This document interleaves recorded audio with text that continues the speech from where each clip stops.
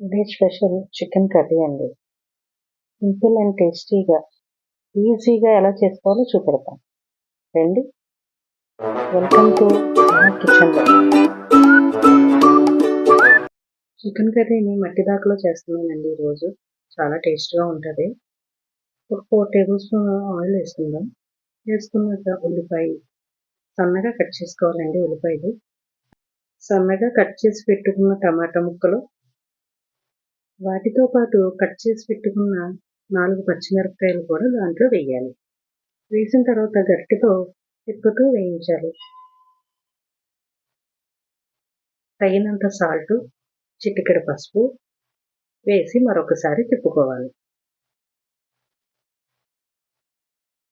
ఉల్లిపాయ టమాటా కాస్త మెత్తబడ్డాక శుభ్రం చేసి పెట్టుకున్న చికెన్ తీసుకుని వేసుకోవాలి.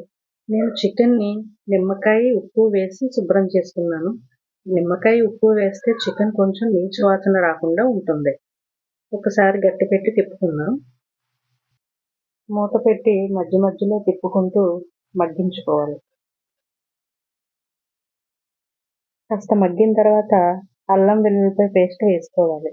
అల్లం వెల్లుల్లిపాయ పేస్ట్ ఫ్రెష్గా రుబ్బుకుంటే చికెన్ కర్రీ చాలా టేస్ట్గా ఉంటుంది. ఒకసారి మళ్ళీ మూత పెట్టుకుందాము. అల్లం వెల్లుల్లి పేస్ట్ పచ్చివాసన పోయాక ఒక 2 స్పూన్స్ కారం వేసుకోవాలి. మేము కొంచెం స్పైసీ తక్కువ తింటాం. స్పైసీ ఇష్టపడే వాళ్ళు ఇంకొక 1/2 స్పూను కారం వేసుకోవచ్చు. బాగా కారం ఈవెన్గా కలిసేలాగా అటు ఇటు తిప్పుకుంటూ అడుగు పట్టకుండా కొంచెం వేపుకుంటూ ఉండాలి. ఒక 1/2 గ్లాస్ వాటర్ వేసుకోవాలండి. క్లిప్ మిస్ అయింది, కానీ ఒక 1/2 గ్లాస్ వాటర్ వేసుకోండి. కాసేపటికి కూర దగ్గర పడ్డాక కొంచెం కొత్తిమీర, గరం మసాలా వేసుకుని ఒకసారి తిప్పుకోవాలి. అంతేనండి, tasty and easy chicken curry ready. ఒకసారి మీరు కూడా ట్రై చేయండి. Thank you for watching. Subscribe.